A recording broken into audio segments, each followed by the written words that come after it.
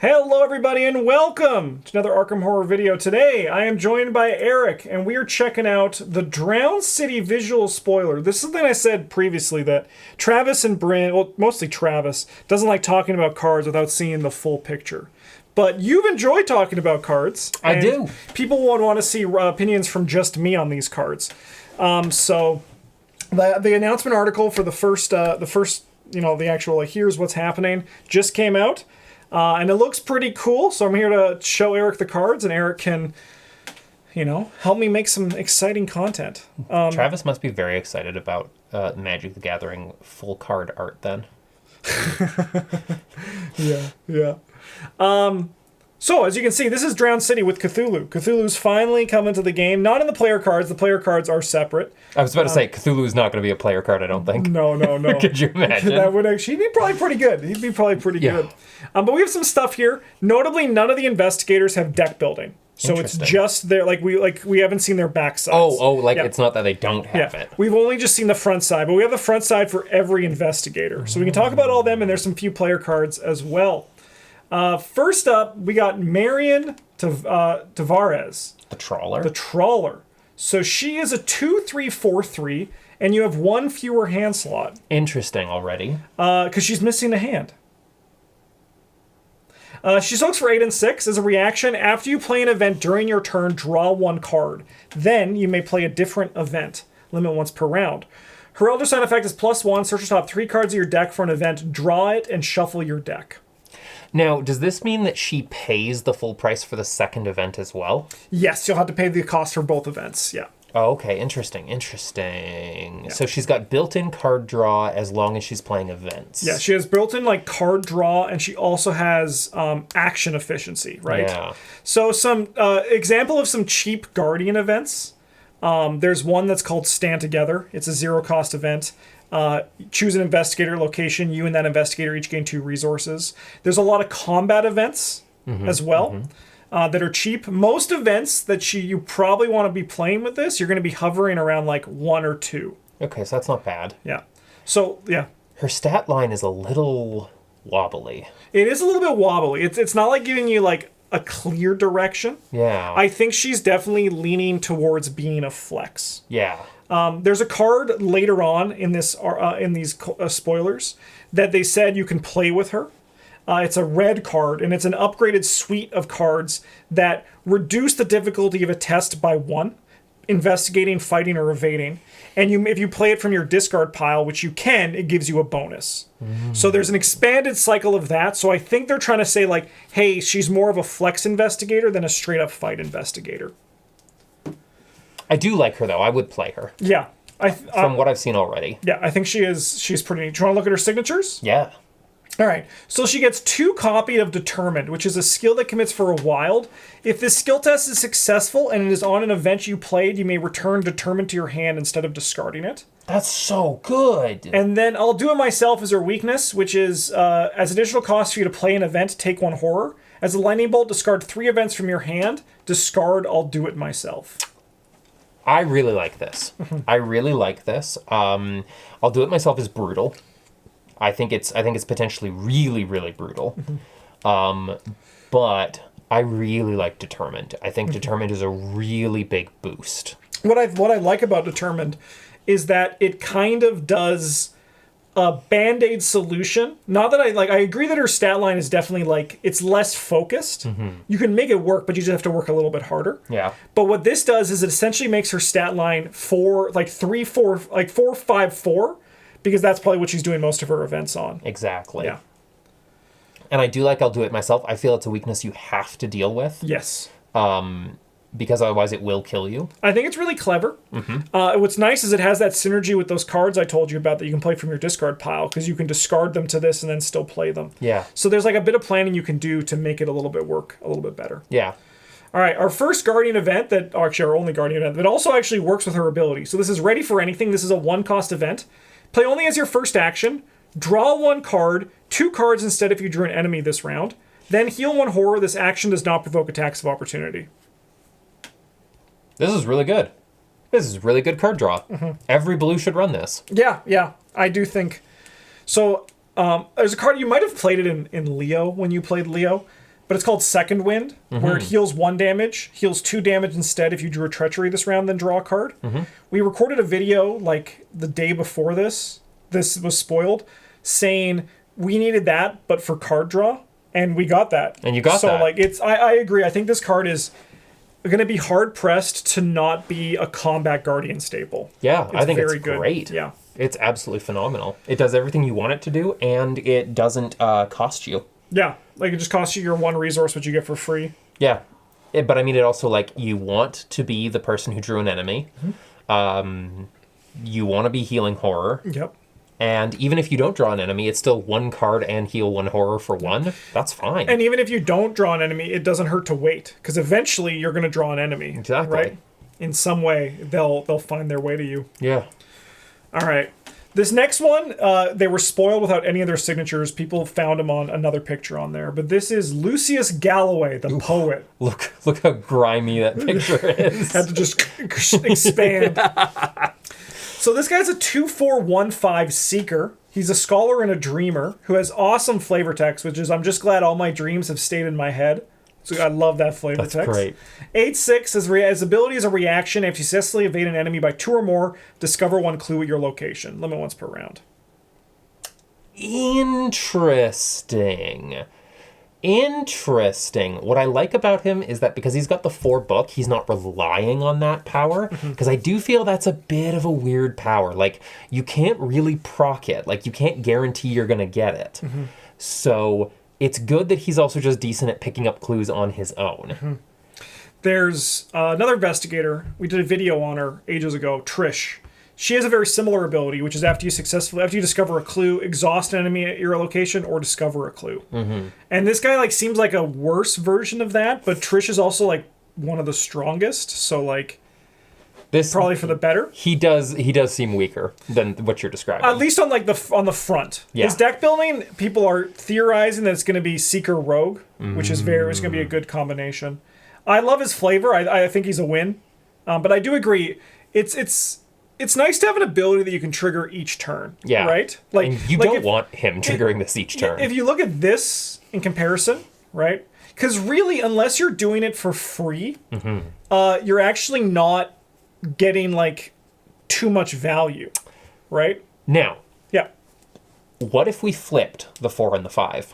Would that change your opinion? No, I don't think so. Okay. I mean, like, it would make him easier to investigate, but with Seekers, if you have 4 book, it's very easy to get to 5. Yeah, that's right? true. I actually, if he was a 5/4, I think his ability would be worse. That's because true. you have to successfully native enemy by 2 or more. Oh, right, by 2 or more. Oh, yeah. That's very...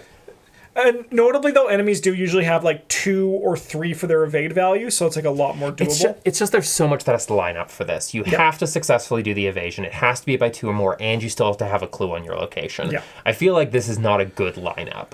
Yeah, it's going to be curious to see how it actually works in practice. In theory, to me, this ability screams you're going to do this to cheat clues off High Shroud locations. Yeah. Or, like, I imagine we're going to see cards in his cycle that are going to make it easier for him to evade. Right. Or honestly, you don't crack this power very often. You just use it against the big things. Yeah. All right, keeping it going, we got this card, which is correlate all its contents. So this is a 1-cost insight event, Investigate. You may cancel the first Chaos token revealed for this skill test, return to the bag, and reveal a new one. If you succeed at the skill test, place 1 charge or secret on an asset you control by an investigator location. If you succeed by exactly 1 or 3, place 2 charges or secrets on that asset instead. This is good. This is really good. It's an event, so that's a good control for it. The Investigate is insanely strong. You may cancel the first Chaos token and reveal a new one. That's amazing. If you succeed at this skill test by 1 or 3, a bunch of weird wibbly rules, but the point is you can get assets and resources back. So that's part of a new archetype that you actually haven't played yet or seen played with me, but we've talked about it briefly months ago because it was part of Hemlock Vale. It's the science archetype where they care about how much you succeed by. Yeah. So they're keeping that going, which is nice. I mean, but it's also nice because it has some synergy where, like, you would cancel the first chaos token to push for maybe succeeding by 1 or 3. Right? Exactly. Yeah. You can use it both offensively and defensively, and that's really nice for like the power level of a card. But I think also for just a one event that allows me to investigate and cancel the first chaos token, I would play that. That seems good. If I want to do any sort of chaos token shenanigans, and if I have any relics or any secret assets, then I probably want to run this. I agree. If there's anything that you want to put charge or secrets on, this is a very easy card to include. Yeah. Sweet. All right, Gatling gun. The rogue gets this. What? Okay.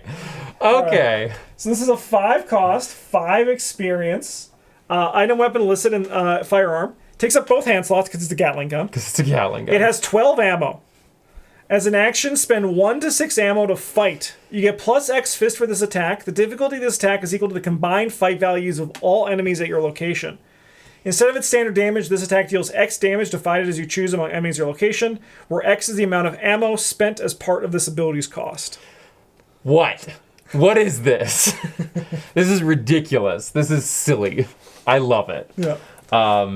This is so dumb. It's great. It's such a gamble mechanic. We've had so many conversations in our Discord about what constitutes like pulp Cthulhu. Yeah. Because people were like, there was a user who asked like, do I make my Call of Cthulhu campaigns pulpy? And I say I try to strip as much pulp out as I can. I don't like pulp in my Call of Cthulhu.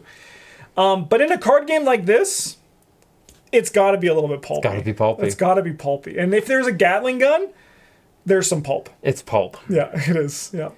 Yeah, this is ridiculous. The fact that you can get 2 uses out of it for 6 damage against one big monster. Yeah. This is great. Are you kidding me? Plus 6 to fight, plus 6 damage. There's also a card in Rogue. It's called Swift Reload. It's fast. Refill an ammo a firearm up to its ammo uses. So you can just like load it up, keep going. So the crazy thing is, I think there's a challenge that is actually super doable, where a rogue, because they're so action intensive, I think could build a combo deck to fire off 36 shots in one turn. I think they could, right? Because they'd only need 6 actions to do that, right? I think that's very doable, and I think that's a challenge run that I think I'm going to float to Bryn, because that seems like something that I think is like... And there's also a card called Contraband, where you can double the number of uses on an item. I want to see an all-rogue game where you go through, like, Dunwich or something, and you all run Gatling gun. Yeah, and just... And you just try to machine gun down the Dunwich horror. Yeah.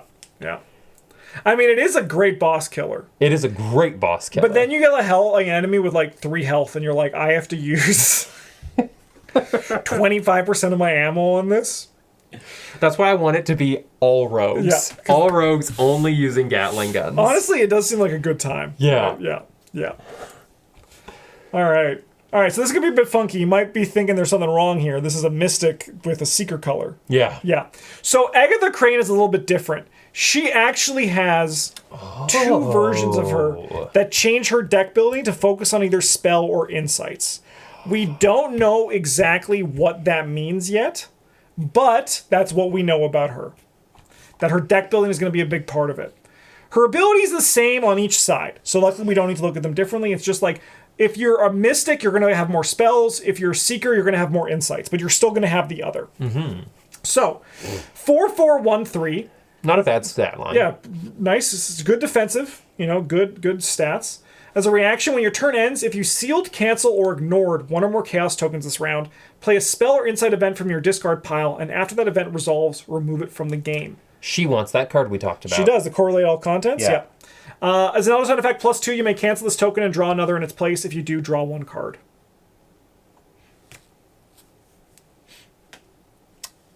This is good. She's good. It is interesting about the timing, which is that it's at the end of your turn. Yes. So it's not as powerful as it appears on first blush. Yeah, it's not like at the end of that action or that's after you do it. Yeah. Yeah. So it's still good. but I think it's a little weaker than it appears on first blush. And I like it. I don't know if I would play it. I think it's a bit beyond me. I haven't had a good run with spells yet. Yeah. So this is actually, I was in a very similar headspace when I first read the card, but then after I looked at it further, I actually think that, like, it actually is quietly, if you can trigger it every turn, is so strong. Yeah. But I do agree, I think this one comes when you have more knowledge of sealing, canceling, and ignoring. And I imagine in turn, we're going to get a lot of cards like that to support her in this cycle. I imagine so. But I could see a lot of shenanigans with chaos tokens or bless tokens as a way to really trigger her. Yeah. Or would that work? Do they count as chaos tokens for her? They are, yes. Okay, yeah. Interesting. And actually, that's a great question to ask, because let's talk about her signature, because that is going to have some impact on this as well. Oh, I love this picture. I love this one too. Oh, fuck! Yeah, oh, shit, I've done it. All right, so this is Ocula Obscura. This is a 3-cost, the accessory slot. Agatha Crane deck only. As a reaction, after you see it in a skill test, if no tokens are sealed here, seal a non-symbol token revealed during the skill test on Ocula Obscura, limit once per phase. Forced, when you would reveal a token from the Chaos bag, resolve a token sealed here instead, then release this token. You can finally solve your getting the auto-fail at critical moments. You can't. So this is actually why it was great that you asked about blessed tokens, because it actually says non-symbol. So it has to be a numerical token. Oh, that's too bad. Which is great, because like this ability works if you cancel, ignore any of those other tokens, but this one's just for numbers, because it's balanced otherwise. Like, that's sick. Yeah. That's sick. But yeah, I'll let you probably give another read too, because this one is a little bit of a tongue twister. Here, seal a non-seal token revealed in a seal test. So basically, for people at home too, you can lock it in. Yeah. But then you have to use it again next time. Yes. So you can kick a can down the road, or if you're already up a huge amount and you get a big bonus, you can lock in the big bonus and then take another wild ride. Yeah, and what's nice too is that it's balanced in that you don't get to immediately seal that same token again. Yeah. Right? It has to be like you resolve this, then release that token, right? Because after you succeed, the ordering works that way. But it's really nice for that card, even that correlate all its contents, right? Yeah. Where let's say you know that you can then now succeed by 1 or 3 exactly because you've cheated at science, right? Yeah. So then you could play this and then get the exact result that you wanted. Exactly. Yeah. So you can actually play around with this quite a bit. This would actually really work well depending on what her deck building is, with cards that are like, oh, when you fail the first thing, get 2 cards or something. You could proc your own failures. You can choose when you fail. Yeah. Glimpse the Void is way too strong. I disagree with them that this is a weakness. This is insanely good. What were they thinking? I love it. So, for people at home, Glimpse the Void, it goes in your threat area. The first time you reveal 1 or more Chaos tokens during each skill test, you must reveal 1 additional Chaos token and resolve its effects. And as an action, you shuffle it into your deck. Yeah, so with everything else she does, to me, this is a bonus. So, this is interesting because this card could do everything and nothing in each test. It basically just changes the math completely. Yeah. Right? For both, like, gives you a higher chance of maybe getting a 0 and an Elder Sign, but it also has a higher chance for, like, Squid into auto-fail. Right? Yeah. Or, like, Squid into Squid, and suddenly you have to resolve the Squid effect twice. Yeah. Right? And then you also even have to shuffle it into your deck. You actually can never permanently get rid of it. Yeah. Yeah. But what I find wild about this is, okay, so how does this work then? When you succeed a skill test, if no tokens are sealed, so how does Glimpse the Void interact with that Ocula Obscura? Let's find out. All right, the first time you reveal 1 or more Chaos tokens in each skill test, you must reveal 1 additional Chaos token. So if there's nothing on this, it won't check until both are revealed, because you could not succeed a skill test while you're still drawing tokens. So then you get to choose which one you take. If they're both numerical. If you succeed. Right. And you have to succeed as well. But let's say, for example, you had like a -3 and a +1 and you succeeded, you can seal the +1. Yeah. Yeah. And if you scroll up to the top one, sorry, her top power. Oh, okay, yeah. But her ability, it gives it an easy seal to trigger her ability really nice. So having the Ocula Obscura, I think, is going to be a really important thing for her builds. I just feel like there is a build with Glimpse the Void where I want to abuse it in her deck, where I'm like, I actually want this out because I want to get as many tokens as possible so I can seal the one that I want. There is probably a way, there is probably something you can do to game it.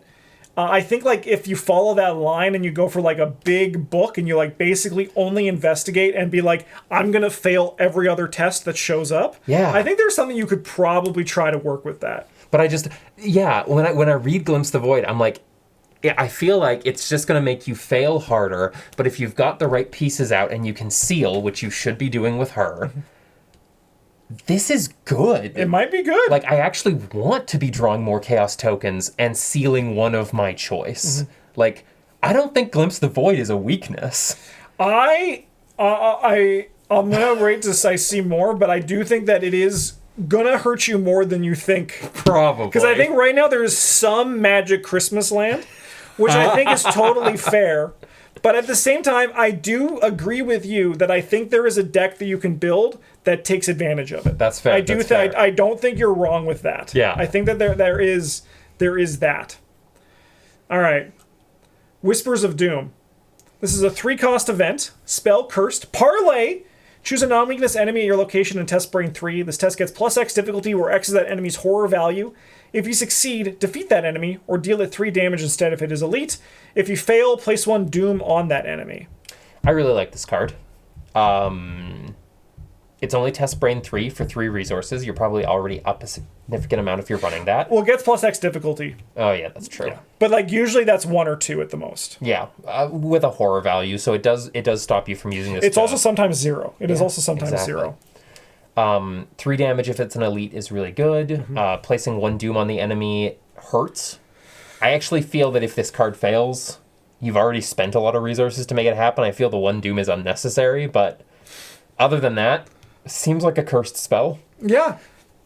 It's I'm less hot on this card than the general community sentiment is. Yeah. Mostly just because it costs 3 money. That's a lot of money. Well, 3 money and 1 Doom, assuming it fails. If it fails, that's really bad. Yeah. However, I do think that this is a good tech card. It kills an enemy, right? It does. Like if you're going into a scenario where you know you need to kill an enemy, and you just want to kill it once. Yeah. I think this is nice for that. Yeah. Yeah. I love the art too. It is. It's good art. Guy's having a bad day. That's you with your migraine. That is my migraine these days. All right, George Barnaby, the lawyer. Okay, I gotta ask, Arkham, I know you're doing parlay and you gotta make it a thing now, so we're gonna keep seeing a million parlays, but what's with every new dude having beards? Well, this guy's not new. Oh, he's not? This guy's from actual Arkham Horror 2nd. Okay. And the answer to that is because there were a lot of old white dudes in Arkham Horror 2nd edition. That's true. So he's one of the old ones. We actually, as of this expansion, we have every Arkham Horror 2nd edition investigator in the game. That's exciting. Yeah. Okay, I take it back. We love George Barnaby. So George Barnaby is a 2/4/3/3. 7/7. Your max hand size is equal to the number of face-down cards beneath George Barnaby, limit 5 cards. You may commit face-down cards beneath George Barnaby to skill tests as if they were in your hand. As a reaction, after you discard a card from your hand, place it face-down beneath George Barnaby, then draw 1 card, limit once per phase. Elder Sign effect is +1, draw 1 card. So how does he work on his first turn? No one knows for sure. Okay. But my theory is that he's going to have 5 cards beneath him at the start of the game. That makes sense. Or it's going to be like 3 cards beneath him. Like it's going to be some sort of something like that. He's going to have like some cards beneath him at the start of the game. And it's going to let you at least like hit the ground running. He's got weird tempo. He's a little bit fucked, isn't he? He's got weird tempo. Like you want to play 1 card from beneath for every card you play from under, you basically want to do a 2-turn setup. Yeah. You want to play cards from your hand to beneath you, and you want to play the cards beneath, you want to play, oh my god, okay, hold up. The cards beneath him are your real hand. The cards above him are your prep hand. You can occasionally dip into them, which is nice. Yeah. But ultimately what you want to be doing is playing cards from beneath him first and then putting the cards underneath. Committing the cards, because you can't play the cards, you can only commit them. Yeah, that's right. And then you have to discard it, but don't go down if you discard the card, because you still draw a card if you do it limit once per phase. Yeah, that's true.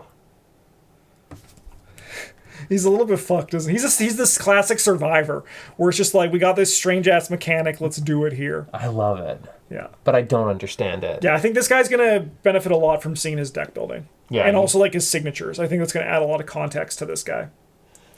You may commit them to skill tests as if they were in. So you want to do a lot of cards that you can commit to skill tests to get extra benefits. Yeah.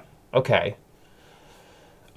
Or not even like, so not even necessarily cards that like you want to commit to skills. Like it's good, Survivor has a lot of those. But like the thing about discarding cards, a lot of it is you get value out of discarding that card. There's a lot of effects that care about that. So the idea is you then don't lose the value. You get extra value on top of that value because you can still commit those cards. Yeah. Yeah. Okay, yeah. There's a different tempo than what I was thinking then. You want cards that have discard effects but also have good symbols on the side. Yes. You slot them under him and then you just sit on those, using them when it would be great or advantageous to do so, and then immediately trying to refill with cards that have other good symbols and discards. And there's also like been pieces of like a low hand survivor archetype for a while, so he's going to be a user of that for sure. Okay, yeah. I could see that. Yeah. What a weird guy. Honestly, not what I expected from George Barnaby, but I don't understand the flavor connection of this. So there at was one I also don't. Someone in our chat said that he's a lawyer and he's planning for future cases. He's building up like plans and evidence in a different way. And I think that's still a little loose. Yeah. But I think it's like it kind of makes sense at least a little bit to me. I almost wonder if it's something to do with Drifter in terms of picking up things that are discarded, but I don't know Barnaby's story. So his story is that ages ago, he was wrongfully convicted for a murder, which inspired him to be a lawyer, so he could fight for the innocent. Then he eventually retires and buys a boat with his wife, and then his wife is murdered by cultists. And he says, I'm going to fight the cultists. That has nothing to do with this, but there's his backstory. What a very reactionary man. Yes. He makes decisions just based on what happens to him. Only based on what he's feeling in the moment. Good to know. Yeah. I think this is one that once we also see his signatures, we'll get more of an idea of kind of the flavor. Yeah, I'm very all over the place on him. I've heard rumors. I hate saying rumors, but I'm going to tell you this because, it's cheeky. That apparently George Barnaby has been through a few designs, but that could just be absolute lie. So it could just be not true at all. This is actually the first and only... Everything else has been redesigned 3 times. Not him. Yeah, not him. They've had this since day one. Yeah. All right, improvised weapon. This is a card that even though it's not in Guardian, Marion Tavares, the first one we saw, can play. They said you could play this in her. So 1 cost event, 2 experience. You may play improvised weapon from your discard pile. If you do, shuffle it into your deck after resolving its effects and draw 1 card. Fight. The attacked enemy gets -2 fist for this for this attack. If you played improvised weapon from your discard pile, this attack deals +1 damage. This is a great card. Everybody should run it. Everybody who's fighting should run it. This is so strong. The -2 fight is so big. And then the potentially +1. So you play it, you do a -2, and then you play it again, and you do a -2 with a +1. That's nuts. That's great. And it's also really good for if you have to discard a card. Right, you don't lose any value because you playing it for the first time is kind of tempo negative, right? Yeah. But it's not terrible. I agree, like what you were saying. But if you can discard it, that's really nice. And also, can you imagine having discard this as one of your 3 events for Marion Tavares? That's very nice. This is so good. Yeah. No, this is good. This is a good card, and I agree. It is tempo negative on the first play. Yeah. But then, as someone who's been playing a bit of deck stacking and trying to play things out of the deck. You play it when you're tempo ahead on a turn to get some extra damage in or to get a little bit of an advantage, not using some other resource. Yep. And then you know that it's procced there. It's prepped for when you need to do that +1 damage. Yep. Or alternatively, if the game calls you to discard a card like a treachery card does, you can just be like, see you later, improvised weapon. Yeah. Right? If you don't have time to use it, you can just save it like that. There's level 0 versions of these as well. So there's one for clues and evading. So I imagine we'll also see upgraded versions of those. Yeah, that's going to be wild. All right. So before I get into the specialist, this is not a new class. These are new cards, and then they're neutral cards, but you can only play them if your investigator shares a trait with that card. Oh. So this is like the new mechanic of this cycle. So library pass. Having fun isn't hard when you have a library pass. This is a 2 cost, 1 experience asset, Miskatonic and Scholar deck only. Limit 1 per deck. So this one's going to be so hard for you to evaluate in the grand scheme of things. So this is just I can tell you a few things for at least this library pass one, because you probably had no idea who the Miskatonic or Scholars are, because I don't either on the top of my head. So lightning bolt, during your turn, if there is no asset attached to library pass, spend 1 resource. Attach a tome asset from your hand to this card. Attached asset takes up no slot, limit 1 attached asset. When your turn ends, place attached asset on the bottom of your deck. That's really good. That's really good. Can you do a cheeky thing with the king in yellow in that? Can you put the king in yellow? No, because it doesn't. There's never a window where it's in your hand that you can do that. Okay, that's fair, because that would be fun. It would, yeah. I actually take it back. I don't think this is that good. So this card, there's a sick ass combo that people have figured out, and it's super achievable. So just take any good tome, but let's just go with the strong tome as an example, the Necronomicon. Yeah. So the Necronomicon, if you don't know, is a 3-cost, 5 experience. It has 6 secrets, and you can spend 1 secret to get +2 skill value for this skill test, 2 secrets to draw 2 cards, 3 secrets to discover a clue at any location, 4 secrets to deal 3 damage to an enemy engaged with you. Burn all your secrets. Put it on the bottom of your deck, and then use Scroll of Secrets. A card that is a lightning bolt. So this is a lightning bolt, not an action. This also would cost 8 experience for this combo for people at home. Exhaust Scroll of Secrets, spend 1 secret, look at the bottom card of your deck, bottom 3 cards of your deck, put 1 on top.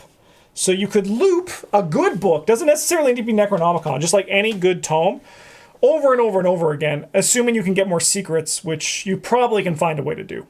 That's... Even just to do it once or twice is really good. Yeah, I mean, honestly, if you do it like twice, you've probably won. Yeah. I agree that outside of those combos, though, like I think this card it's a combo card. It's for combo decks. It is, right? Yeah.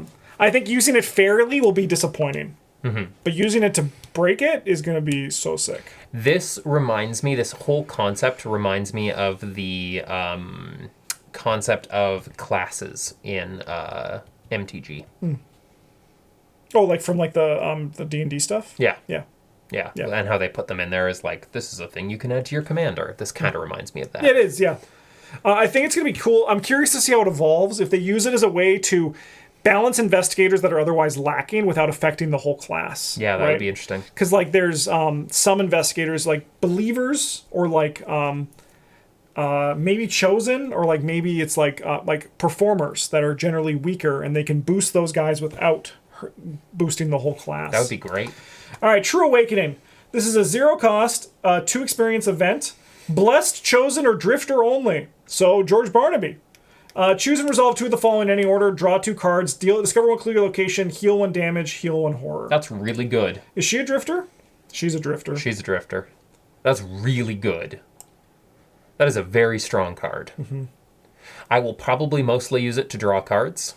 Yeah, draw cards and like discover a clue. Yeah, draw cards and discover a clue, but the fact that you could also heal 1 damage and heal 1 horror at a critical time is great. I mean, it seems awesome with her ability, right? You get 3 cards out of the whole thing, and you get to play another card. Like, that seems really good. That seems really strong. Yeah.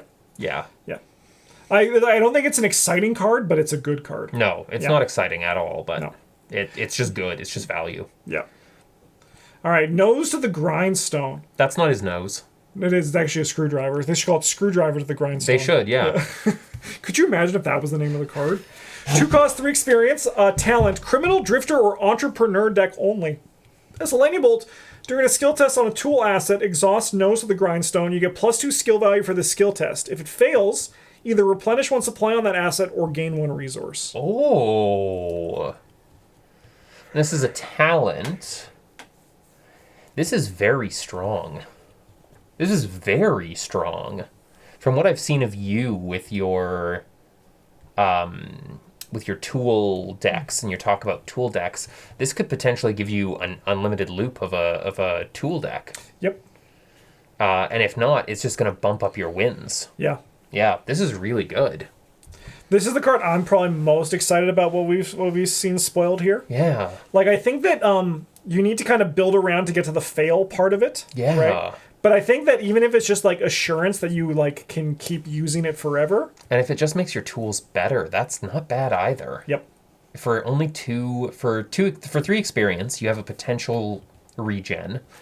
but you also just have a make your tools better card. Yep. That's interesting. I'm cooking up a boring rogue deck that I want to play this in, and it's just going to be pure value, and it's going to be strong and boring, and that's what I love. All right, so I'm going to say right now, this last guy, Archibald MacVeigh, he looks a little bit sad. He does. He's Thank you. He's a 4-cost 5 experience. Assistant reporter or He's scholar. got nice lips, though. He does. He does. He does. So assistant reporter or scholar only, 4 secrets, you get +1 book. Soaks for 2 and 3. Secrets on assets you control may be spent as resources to pay for insight events you play. Oh, perish or publish, they said. Perhaps we'll do both. He is a sad boy. He is a sad guy. He is. So this guy, I'm not going to ask too much of your thoughts on this guy because right now he does nothing. So I'm not even going to let you, there's not much he does in the pool that's interesting. And he costs 5 experience. This guy, I think, I'm not even going to let you say anything because I don't want you to go on this thing and then just be like, so this guy doesn't do anything. That's kind of his situation right now. I think he's the red-gloved man. Yeah, you think? That's my take. Yeah, hell yeah. I'm putting it right in there. Yeah. Because really, there's really no reason. You know, so you can't see his hands? Because they're wearing gloves. Because if we could see his hands, we wouldn't be able to see his face. They're crossed right here. Right there. Yeah. Yeah. Yeah. That is true. You can see the face or the gloves. Never both. Yeah. Yeah. I'm optimistic that there is a reason for this guy to exist because right now I don't see it. Basically, I don't know. Most of the time, secrets are better spent on those secrets. So I'm curious, but he's 5 experience for a neutral card. That's kind of crazy. I can't see it. Other images of note. That's them all. That's all the investigators. That's all the investigators. Michael McGlynn with his Tommy gun. With his Tommy gun, which is in his color, so that's good. Yeah. That's important. There's a mystic card that people think is going to transform you to a new investigator. Oh, that's cute. That is cute. That's very cute. Oh, these look cute. Yeah, so the final... So in the campaign, we're going into Rilia, and what they said is that you choose to approach it from either the east or the west, and that changes the order of the campaign and the order of the scenarios. I like that. And so that's actually cool. If it follows that exactly as they say, it's very similar to Alice in Wonderland's structure, which is if you go through the looking glass or down the rabbit hole.